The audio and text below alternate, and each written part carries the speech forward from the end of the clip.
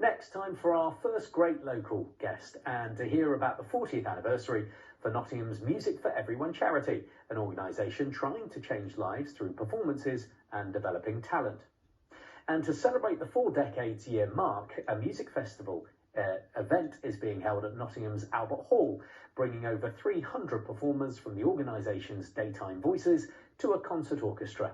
A flute choir will also be performing on Sunday of the event, but right before the concert. And to tell us more is John Hess. John, welcome to the show. I have to ask, how did this all happen 40 years ago? How did this all come about? Music for Everyone was set up by Angela Kay, a kind of charismatic, inspirational music teacher. She took a break to have children, and it was during that time she thought, actually, let's kind of get the old choral tradition kick-started. So the first big choral work she got off the ground was Verdi's Requiem. And as time progressed, more and more people were attracted to that whole kind of notion of community singing, getting together and having a go, to the situation we have now 40 years later, where there are a stream of networks of music events and tuition groups involving people of all ages and all abilities. And that's the key to Music for Everyone. Everyone has a chance to have a go. Yeah, I'm glad you mentioned that, because I wanted to talk about the fact that we've got such a spread of ages and such a spread of abilities. You know, why this kind of culture you've created is it's about having a go, isn't it? It is. I mean, there is the Nottingham Chamber Choir, where you have to audition, so they are at the kind of the high end, but Yep. the bulk of the membership, the people that take part, the very kind of core of Music for Everyone is the fact that it's ordinary people who, you know, just want to have a go. And I give myself as an illustration. I didn't think I had a voice at all, but I was persuaded, just have a go. And I'm told I am a sweet tenor.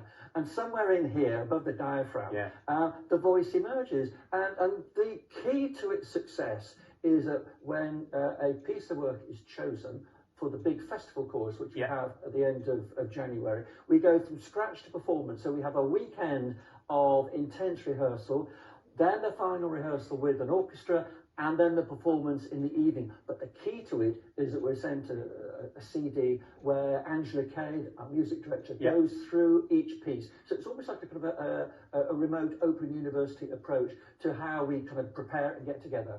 Excellent. Do you feel then that perhaps some groups, maybe ability becomes quite a factor before inviting people in? I think some people are put off.